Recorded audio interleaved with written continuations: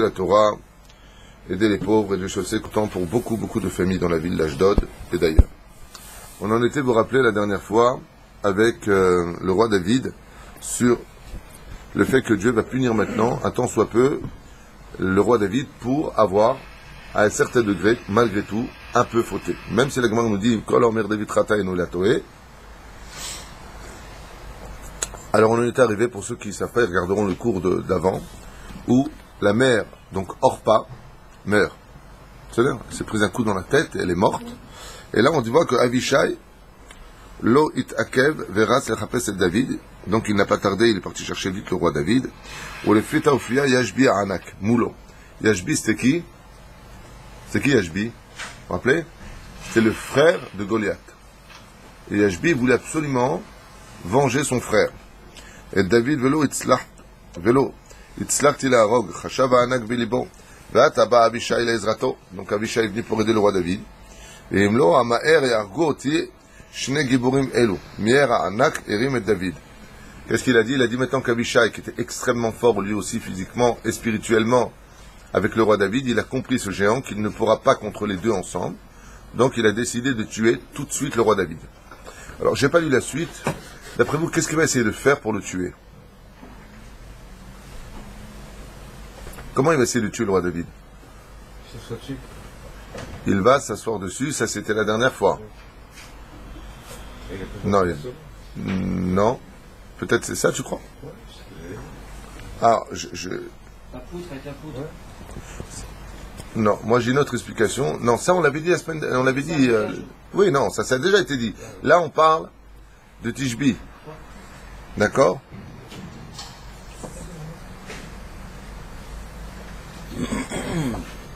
C'est là? Non. Alors qu'est-ce qu'il a essayé de faire? Moi, de ce que je me rappelle, ouais, c'est moi qui ai raison. Voilà, et il le dit. Il a mis son épée comme ça, il a jeté le roi David de toutes ses forces dans les airs, pour que quand le roi David redescende, il s'embroche à l'intérieur de son épée. C'est ce que moi je me rappelais, c'est ce qu'il dit ici. Et émis d'être harbo à la adama, ou ksha'achzor, ou ksha'achod, slicha shela mufne klape mala, kedei shipol David al hor anik ou ya'areg. Donc il pensait comme ça qu'il devait jeter le roi David et l'embrocher par le bas. Botorega otse Abishai et Hachem. Et Abishai, quand il a vu ça de loin, que le roi David a été jeté dans les airs et que ce géant a placé son épée de telle façon à ce qu'il s'embranche à l'intérieur, il s'est passé un miracle. Quel miracle? Abishai, quand il a vu ça, il a prononcé le nom divin. Et dès que tu prononces le nom divin avec les intentions que tu veux, c'est un miracle qui se produit. Le problème, c'est que de prononcer le nom divin, qu'on prend des risques énormes. C'est que si tu n'es pas pur pour le prononcer, tu meurs. C'est pour ça qu'aujourd'hui, personne ne peut le lire tel qu'il est marqué dans le Sidour. Il ne faut jamais le prononcer tel qu'il est marqué dans le Sidour. Jamais. Si une personne le faisait, elle est chayav mita bidei shamayim. Elle est condamnée à mort par les cieux. Un sourd de prononcer. C'est pour ça qu'on dit adobai. On ne dit pas tel qu'il est marqué. Et qu'est-ce que ça a fait? Ça a fait de David Amelech un homme qui s'est mis à voler dans les airs, Pérouche Davar, il s'est arrêté dans les airs. Il n'est pas retombé. Il est resté comme ça dans les airs. Le géant est devenu fou.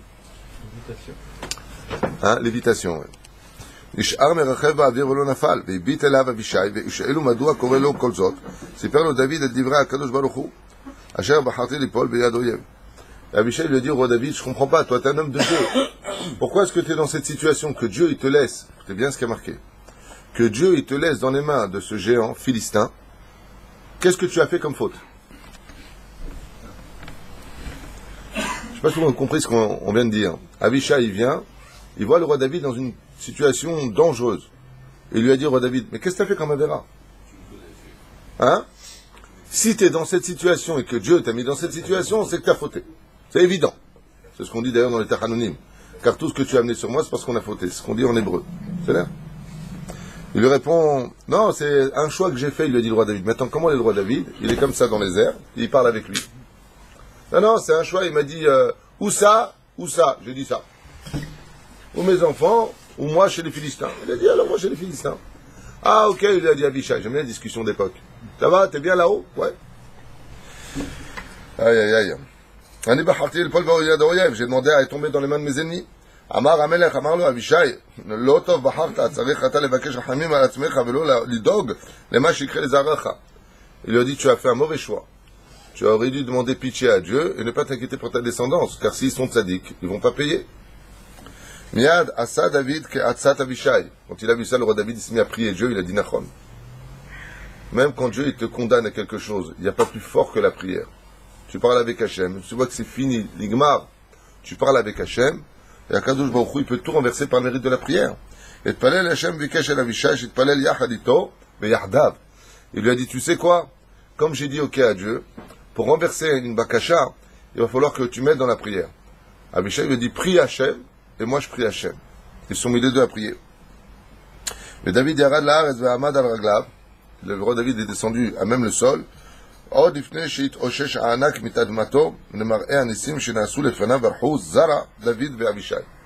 pourquoi le géant n'a pas bougé?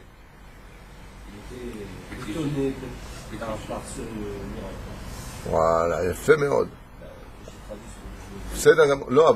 Il y a traduire et il y a vivre ce qu'on vient de dire.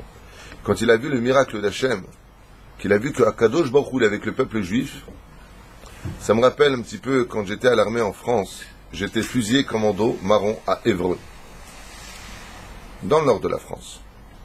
On nous appelait comme ça les fusiliers marrons. J'étais le seul juif sur 400 soldats dans un camp semi-disciplinaire. Ouais. Avec le FAMAS, c'est l'arme française, qui a été remplacée par le Hamas. Ouais.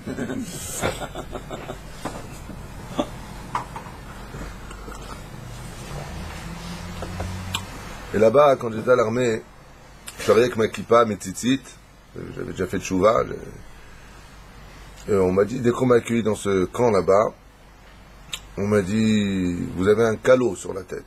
Je lui ai dit, vous avez un pantalon. Il me dit, quel rapport? Je lui ai dit, je sais où vous voulez en venir, il faut l'enlever, c'est ça? Il m'a dit, oui. Je lui ai dit, quand vous enlèverez votre pantalon, ben, j'enlèverai ma kippa. Il m'a dit, mais je ne peux pas marcher sans pantalon? Je lui ai dit, un juif, il ne peut pas marcher sans kippa. J'avais 18 ans et demi. Et le seul qui m'a fait des problèmes, c'est qui? Le major de la base, il a dit, laissez-le tranquille. Le commandant de base, il a dit, parce que j'avais eu de très bons résultats et j'étais responsable, laissez-le tranquille.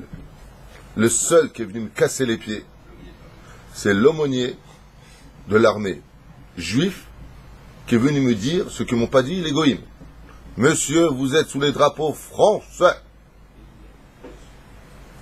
Je lui ai répondu, va t'habiller, toi, dégage. Dégage 6 milliards de francs. L'aumônier de l'armée française, c'est le seul, c'est le juif. C'est celui qui représente la religion juive. Je me suis arrangé avec les goïms pour garder ma kippa mes tzitzit. Ils m'ont dit d'accord.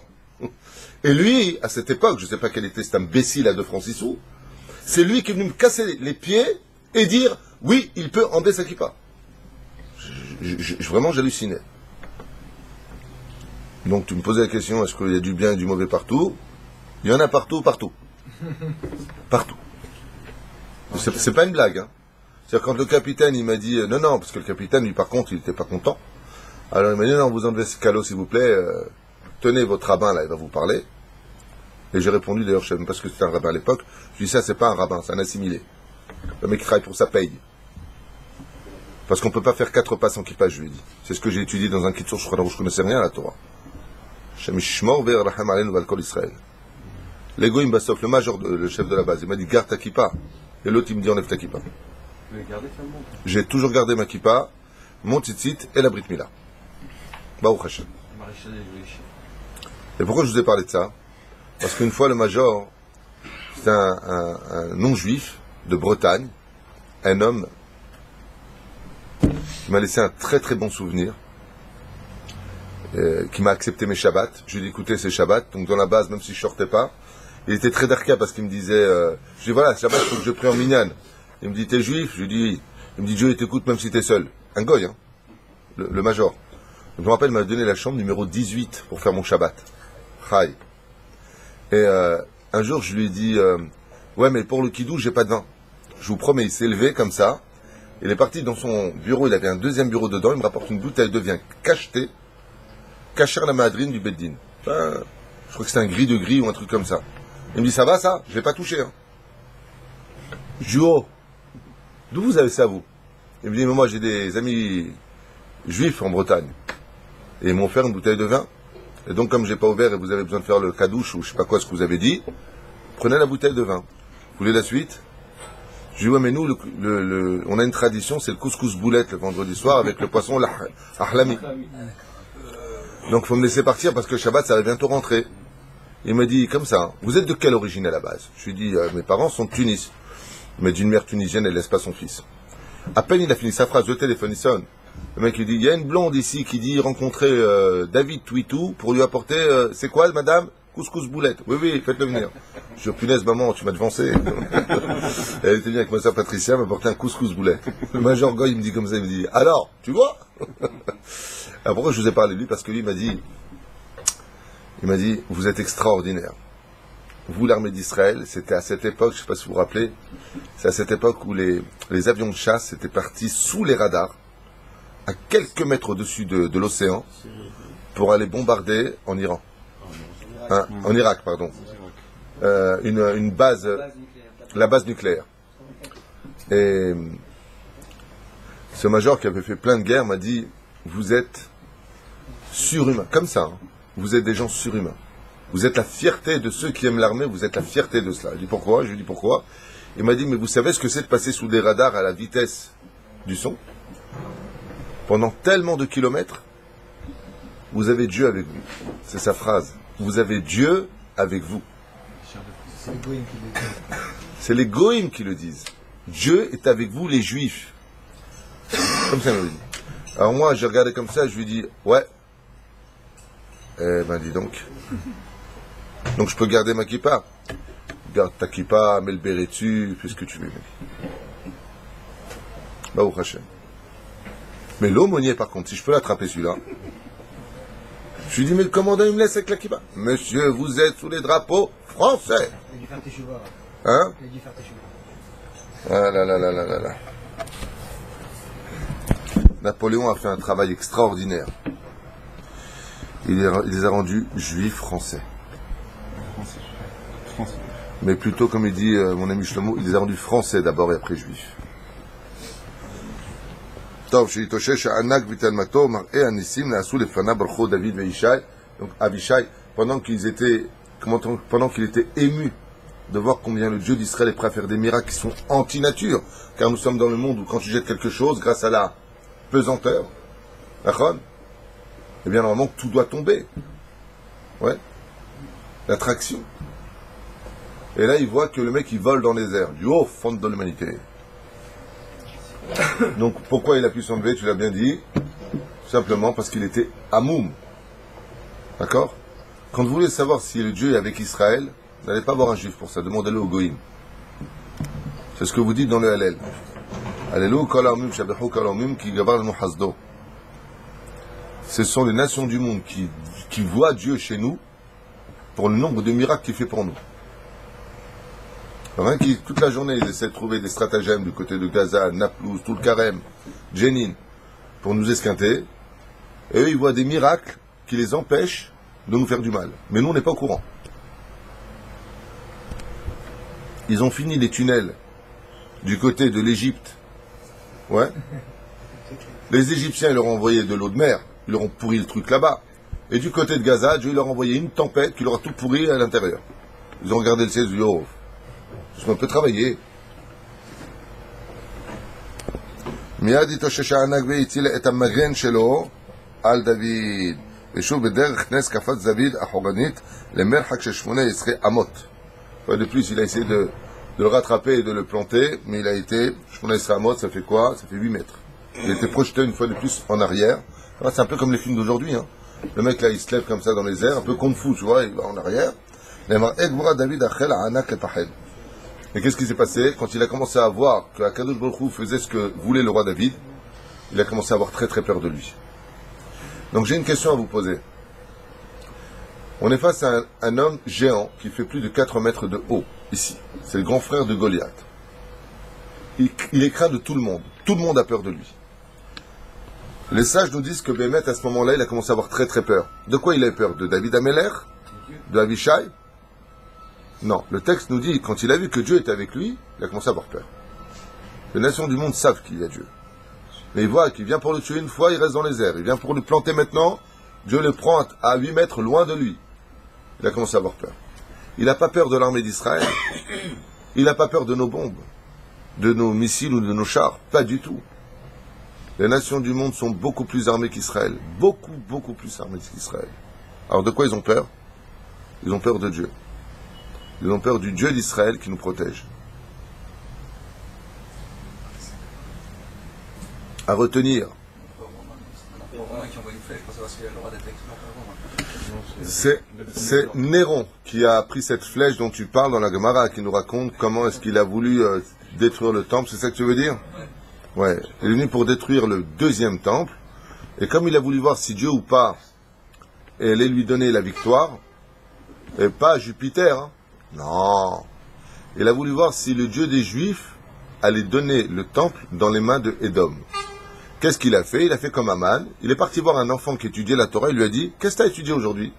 Et il lui a répondu un verset du prophète qui dit, et je donnerai ma maison dans les mains de Édom. Il a dit, oh punaise, quel pigeon je suis moi. Parce qu'il savait que tout celui qui fait du mal à un juif finit automatiquement par le payer très cher. Alors qu'est-ce qu'il a fait? Nous dit la Gemara, il a pris son arc et sa flèche, alors qu'il s'est trouvé à 16 km du temple, et il a tiré dans la direction du temple. Et la flèche est rentrée où? Au milieu du parvis. 16 km une flèche, ton petit mouchari ou quoi?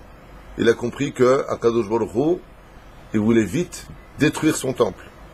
Alors qu'est-ce qu'il a fait? Tu connais ça, Eric?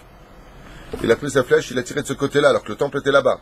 La flèche dans les airs, il est parti de ce côté, il est parti de l'autre côté, il a donné le dos au Beth Amikdash, il a tiré dans la direction opposée, et la flèche dans les airs est partie du côté du temple. Qu'est-ce qu'il a fait après ça? Il a dit à ses soldats, bon, vous allez faire pipi, hein? M'attendez. Il est rentré soi-disant dans les buissons, et il s'est sauvé. Et il s'est sauvé où? Il a passé le fleuve, il a jeté tous ses habits d'empereur. Et qui était général en chef à côté de lui à ce moment-là? Titus, qui va être nommé tout de suite à sa place empereur, et c'est Titus qui détruira le temple à la place, c'est pas lui, c'était Néron. Et qu'est-ce qu'il a fait? Il est parti se convertir au judaïsme, il a épousé une juive, et il a eu un fils. Et quand il a eu ce fils, il l'a appelé Néhorai. Quand il a grandi, il faisait tellement du miracle qu'on l'a appelé Rabbi Meir Baal Hanes. Voilà. Dieu lui a dit, puisque tu as laissé le rôle d'empereur pour être un juif simple dans le peuple juif, Chayecha, que tu auras un fils qui sera empereur de la Torah. J'ai nommé Rabbi Meir Baal Hanes. Voilà. Faut le faire, hein.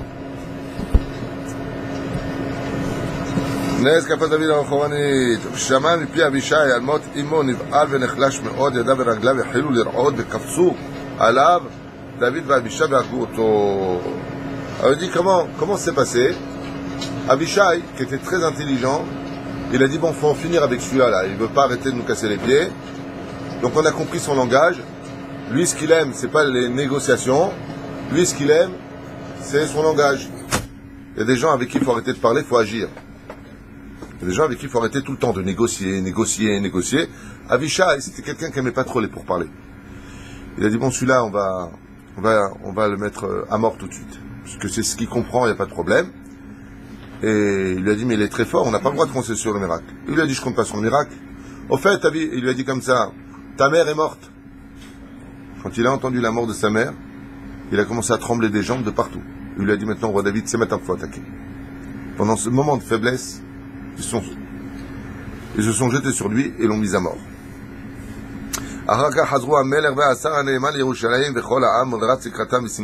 sont retournés à Yerushalayim b'ri'im u'shlemim, les Yishbi, donc ce fameux géant qui s'appelait Yishbi, הענק היו 3 אחים הענקים החזקים כמוהו, לאחד מהם היו 24 אצבעות, ודמותו בלבד הייתה מפחידה אף גיבורים ומציעים. Ils étaient 4 frères, et un des frères qui était le plus grand de tous, plus haut que Ishbi, lui il avait une particularité, c'était un mutant le mec. Il avait 24 doigts à chaque main. Hein? 24 doigts à chaque main. Ah ouais, lui, s'il te donne une gifle, il ne te rate pas, même s'il est à distance.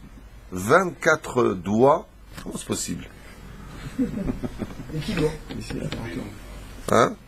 Ouais, pour se couper les ongles le vendredi soir, avant Shabbat, il fallait qu'ils s'y prennent à midi. Hein. Depuis mardi, il commence. Depuis mardi. Giborim Matseim Shamou al Mot Achiem Ka'asu Me'od al Melech Israël. Donc lui, à ce qui paraît, il avait une tronche horrible, des mains démesurées, d'accord, 24 doigts par main. Bartallah alik. Tu te rends compte, pour compter, c'est un comptable. Alors, si je prends. Ça va? Et lui, il a décidé de venger Goliath et maintenant Ishbi, son frère. Et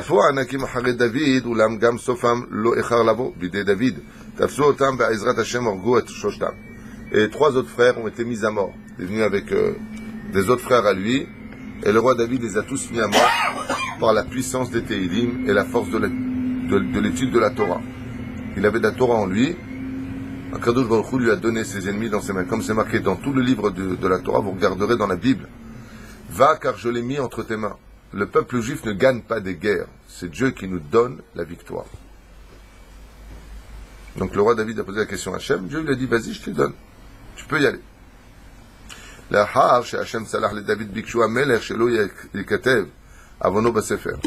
lui a dit, Ribono shel olam, maintenant que j'ai fait la capara de ma faute, ne marque pas ma faute dans le livre.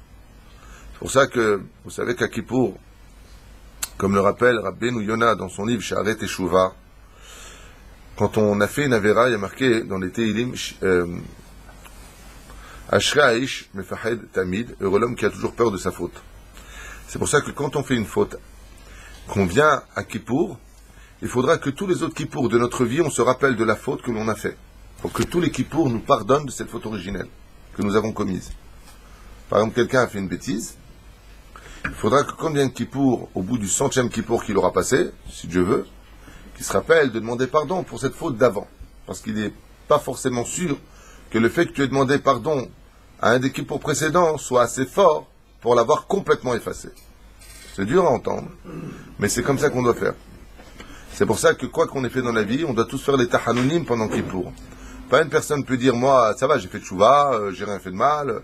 Ma pitom, sur les fautes du passé, même si tu as demandé pardon, redemande pardon.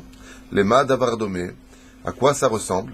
Quelqu'un a fait une vacherie à l'autre, une très très grosse vacherie. Il lui a demandé pardon. Et chaque fois qu'il le reverra avant de partir, il lui dira au fait, j'oublie pas que je t'ai demandé pardon pour ce qui s'est passé. Oh ouais, c'est bon, t'inquiète pas. Mais à l'intérieur, l'autre, est-ce qu'il est content ou pas? Oui, parce qu'il voit que malgré tout, son regret, il est très sincère.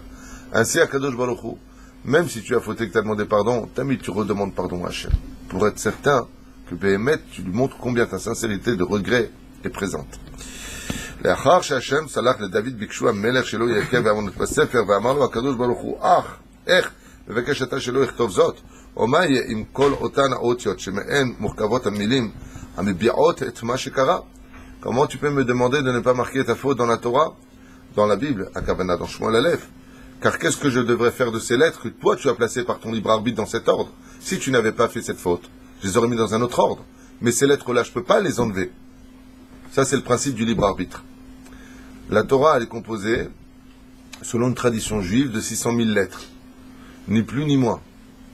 C'est-à-dire, Aval, 600 000 lettres, Keneged, le peuple juif, par rapport aux âmes juives. Ces 600 000 lettres, c'est un contenu que tu peux changer. Au lieu de marquer, par exemple, Nega, qui veut dire un mauvais coup, tu peux transformer les lettres en Oneg, qui veut dire jouissance. Tu peux passer du pire au meilleur. Ça, c'est ta conduite qui le marquera. Mais les 3 lettres qui forment les lettres du mot Nega ou Oneg, ça, tu ne peux pas les changer. Il y a 3 lettres. C'est ce qu'il lui dit Hachem, au roi David. Il dit, le nombre de lettres qui figurent dans la Bible sont des lettres que je ne peux pas retirer. On peut les changer. Mais maintenant que tu as fauté, elles ont pris la forme de mots qui expriment ta faute. Si tu n'avais pas fauté, elles auraient pris, un peu comme les chiffres des lettres. Tu peux passer tu inverses les lettres en bon, tu inverses les lettres en mauvais. Il dit, toi, tu les as placées de cette façon-là. Mais de le retirer complètement, c'est pas possible.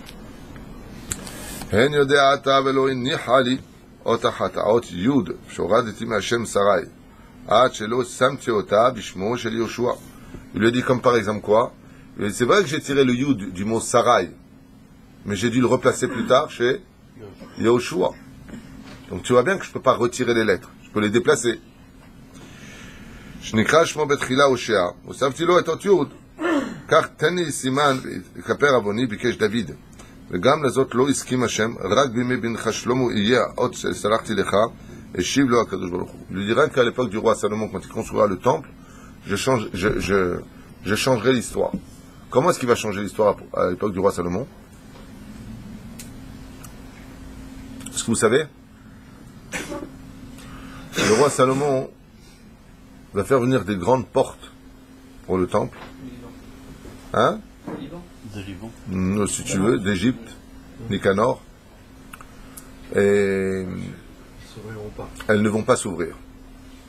Il va implorer Dieu de toutes ses forces. Il n'y a rien qui va se faire. Fais-le pour ton peuple. Ça ne s'ouvrira pas. Et quand tout le peuple d'Israël sera réuni, il dira Assez leman Elohé David. Fais-le en l'honneur, Hachem, du roi David. Et devant tout le monde, les portes du Beth Amikdash vont s'ouvrir. Et là, le peuple d'Israël comprendra comment on peut dire que le roi David a fauté et Dieu il fait un tel miracle d'ouvrir les portes en son honneur à lui. Donc c'est ce qu'il lui dit. T'inquiète pas, je te blanchirai, mais pas maintenant pour l'instant. Sidkato shel David haïta כה גדולה, עד שאפילו בזמן שהיה מוכה בשכין, סובל וכואב ורצו אויביו להתנקם בו, לא כעס עליהם. La Gdusha du roi David était si grande, ça me rappelle un peu le Rabbi Nachman de Breslev, que même quand il était frappé de lèpre, humilié, dans son coin, cherché par ses ennemis, il ne s'est jamais mis en colère contre personne. Et pourquoi c'est un miracle de ne pas se mettre en colère dans un cas pareil? Parce que quand ça te démange et que tu as tes lambeaux de chair qui tombent par terre, la moindre personne qui te regarde, tu as déjà envie de le tuer. Et le roi David, il pleurait, il disait rien. Quand on insultait, il baissait la tête. Aya anav meod meod. Et pourquoi je dis que ça me rappelle Rabbi Nachman de Breslev? Parce que Rabbi Nachman de Breslev aimait tous les juifs, sans exception. Mais il y en a qui l'aimaient plus que d'autres. Qui l'aimait plus que les autres? Celui qui lui faisait du mal. Quand quelqu'un lui disait de toute façon, toi, t'es quoi? T'as une nouvelle Torah, t'es un réformiste, t'es un ceci, cela. Il disait, viens t'asseoir près, viens manger avec moi. Assieds-toi. Il lui caressait l'épaule, beau tzaddik, lama ta koes alay. Il s'efforçait d'Afkadé, mais ceux qui l'aimaient le plus. Tandis que nous, si on nous dit un mot de travers, gêné diwan. Et quand otam enasu cholim, la vache amelech sakva efer v'itchanen el Hashem v'yirapeh otam. Et au contraire, il portait le deuil, il portait les tsareno arabes, il portait des larmes pour ceux qui souffraient, et il priait pour leur réfoua shlema alors que lui-même était malade. Gdulato shel hamelech lo asher lo haya kamohu velo yeh kamohu. Les Chachamim nous disent que la grandeur du roi d'Israël a été si grande qu'il n'y en a jamais eu avant lui un tel, et il n'y aura jamais eu après lui un tel roi. Donc qui fut le plus grand des rois juifs? David Amelech. La perfection du roi David était si grande que les sages nous disent Lo haya melech kamohu velo yeh od melech kamohu. Mashiach c'est David. C'est pour ça qu'on dit Mashiach ben David. C'est là. Le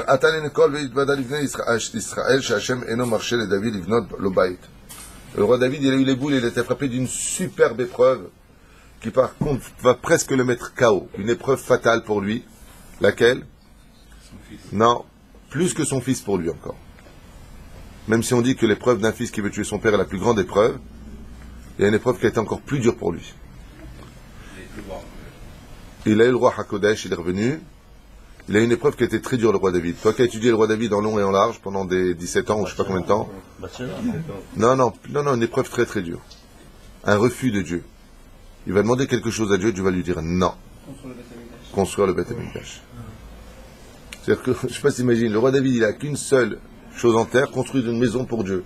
Dis-moi, j'ai une maison, j'ai un palais, mais toi, Dieu, tu n'as pas. Laisse-moi te construire ton temple. Toi, tu as une cabane là-bas à Shiloh. Laisse-moi te construire ton temple sur Jérusalem. Et Hachem veut lui dire non. Pas pour une punition, c'est parce qu'il avait les mains pleines de sang. C'est-à-dire, mais malgré tout, c'est un refus.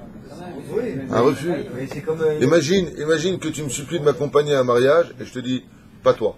Oui, mais il y a une raison. Mais peu importe, c'est coève. C'est-à-dire quoi? Je suis pas digne de te construire ta maison. Pour le roi David, c'est un échec que vous ne pouvez pas comprendre, vous, à notre niveau, même moi. On ne peut pas comprendre ce que ça veut dire.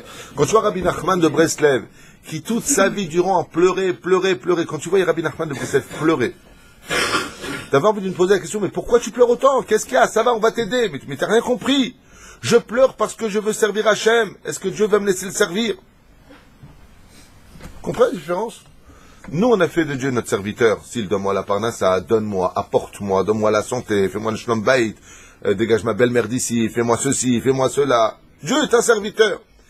Rabbi Nachman de Breslev n'a jamais rien demandé à Dieu qu'une seule chose. Laisse-moi juste te servir. Laisse-moi être pur. Enlève-moi ce Yetzirah qui est en moi pour te servir parfaitement. Dans la pensée, dans la parole et l'action. Qui c'est qui pense à ça aujourd'hui? Tu vas sortir toi dehors, tu vas faire des doutes. Laisse-moi te servir. Au contraire, nous, dès qu'on fait un truc, ça va pas dans la vie, je comprends pas, j'ai fait Shabbat. J'ai mis les tefilin. J'ai fait mes brachot. C'est nous qui faisons de Dieu notre serviteur. C'est pas péjoratif, c'est pas une accusation que je dis, simplement pour nous réveiller. Le roi David, il a une épreuve, maintenant qu'il le frappe au visage. Quoi? Laisse-moi juste construire ton temple. Et Dieu lui dit, là, tu construis pas mon temple. Pourquoi? Parce que tes mains sont pleines de sang. Mais elles sont pleines de sang de quoi? De Philistins qui voulaient notre mort. Celui qui se lève pour te tuer, lève-toi et tue-le d'abord. Il a fait des mitzvot en faisant ce qu'il a fait. On vient de tuer, tu te défends. Ouais. C'est comme ici, on a été bombardé pendant 8 ans, on n'a pas réagi. On réagit, on est des assassins. Mais jusqu'à quand on va rentrer dans le mensonge médiatique de l'histoire? La reine, le roi David, maintenant, il n'est pas bien. Pourquoi? Parce que lui, qui a rêvé toute sa vie de faire quelque chose pour Hachem, rend compte que c'est quelqu'un qui part de ce monde et qui peut dire à Dieu, tu sais ce que j'ai fait moi pour toi, Hachem? J'ai fait ça. Si tu viens, tu donnes de la tzedaka, tu soutiens une yeshiva. Avec quel argent tu l'as soutenu? Le tien? Mais le tien, il appartient à Dieu. D'accord? Si tu fais une belle action avec ta santé, qui c'est qui te donne la santé? Refaire Cholbasar, Mafli Asot, c'est Dieu. Tu peux rien donner à Dieu, parce que tout lui appartient, sauf une chose. Ton empressement de le servir, l'amour de la mitzvah, ça, c'est pas dépendant de Dieu. Et là, on est en train de dire au roi David, ton amour, tu te le gardes. Tu fais pas. C'est horrible. Ça, c'est une épreuve. Imaginez le matin, vous êtes hyper fatigué, et Dieu vient et te dit, non, c'est pas peine de te lever ce matin. Qu'est-ce qu'on fait, nous? C'est vrai? Tu vois, tout le monde dit, on rigole. C'est vrai? Toda Rabba, Hashem Toda Rabba. C'est le meilleur sommeil. Le roi David, si Chaz Veshom Dieu lui avait dit, c'est pas peine de te lever ce matin prier, il aurait gêné pendant des années. Vous l'aurez vu dans la rue en train de pleurer. Qu'est-ce qu'il y a? Dieu n'a pas voulu de ma prière. Voilà la différence entre l'un et l'autre. N'empêche que il a laissé faire les fondations. Il a laissé faire les fondations. C'est pour ça que les fondations n'ont jamais été touchées. Il n'a pas fait que les fondations. Il a fait aussi autre chose. Toi, puisque tu te l'es ramené, est-ce que tu peux nous dire ce qu'il a fait? Il a fait les souterrains. Non, ça c'est à Gaza. Non, il a fait les souterrains. Il a préparé Bon, dis-moi, je sais pas, ce sera plus simple, parce que là, tu nous inventes depuis... Non, je parle pas de Shamir, d'abord c'est Bené ou Ben Yoyada, et c'est à l'époque du roi Salomon, c'est plus à l'époque du roi David. Alors je sais pas. Voilà une bonne réponse, je ne sais pas. Il a construit tout simplement la 3e muraille extérieure du temple, du côté est, qui s'appelle aujourd'hui le Kotel Amaharavi. Et si ce mur a été construit par lui, c'est pour ça qu'il est indestructible jusqu'à aujourd'hui. Tous les murs ont été détruits du temple, sauf celui-là, et les fondations. Est-ce qu'il y en a un qui peut le sortir d'ici? Voilà. Et c'est pour ça qu'il est marqué comme ça dans le Kitzur Shulchan Aruch, que pourquoi est-ce que ce temple-là, il rapporte là-bas les références, pourquoi est-ce que ce mur des lamentations est resté et restera pour toujours? Parce que ces pierres énormes que vous voyez là-bas ont été placées par le roi David lui-même. Et quand un Tzadik Gamour fait quelque chose, c'est un petit peu comme j'ai expliqué ce Shabbat Kodesh, avec les puits de Abimelech et d'Yitzhak. Il y a marqué là-bas que ils ont creusé un puits et ils l'ont bouché. Ils ont recreusé un puits et ils l'ont bouché. Et voici qu'est venu Yitzhak et qu'il a creusé ce puits et ils ne l'ont plus jamais touché. Et il l'a appelé Rechovot. C'est pas la ville de Rechovot. Je vais expliquer clairement. Les sages, ils disent, c'est quoi ce premier puits qui a été creusé par les serviteurs de Yitzhak et qui a été bouché par les Philistins? C'est le premier Beth Amikdash. Le deuxième puits, c'est le deuxième Beth Amikdash. Qu'est-ce qu'il a fait, Yitzhak? Il a dit, pour le troisième, personne ne m'aide. Et c'est lui qui l'a creusé, c'est le troisième Beth Amikdash. Et là, personne ne l'a plus jamais touché. Et l'allusion qui est donnée est très belle, puisqu'il est marqué dans les prophètes qu'à la fin des temps reviendront les jeunes et les vieux dans les rues de Jérusalem. Veilchu taf nashim vekshishim berechovot Yerushalayim. Rechovot, c'est le nom qu'avait donné Yitzhak dans la paracha de Toldot, au troisième puits qu'il avait creusé, qui fait allusion au troisième Beth Amikdash, où effectivement, quand vous verrez les hommes, les femmes, les personnes âgées et les enfants marcher dans les Rechovot de Yerushalayim, attendez-vous à ce que le Beth Amikdash soit reconstruit, Bimher Rabbi Amenu. Amen. Amen. Je crois que c'était parce qu'il était fait par l'argent des pauvres, avec l'argent des pauvres. Il a été fait... Non. Il y a une deuxième DA, effectivement, qui dit que c'était l'entrée par laquelle les pauvres rentraient. Il n'a pas été fait par l'argent des pauvres, mais il a été fait, il n'a pas été détruit, parce que le Télim nous dit, Tefila Alani et Elokim ki Atof. Dieu, il protège des endroits là où il y a des pauvres, il y a toujours la Shekhinah, et effectivement, les pauvres rentraient par cette porte-là, et c'est pour ça que ça n'a pas été détruit. C'est la deuxième DA que rapporte le Rav Aaron Zakkai dans son livre Vayit HaYehudi sur Dushat HaKotel HaMa'aravi. Baruch Adonai l'Olam Amen, ve'amen.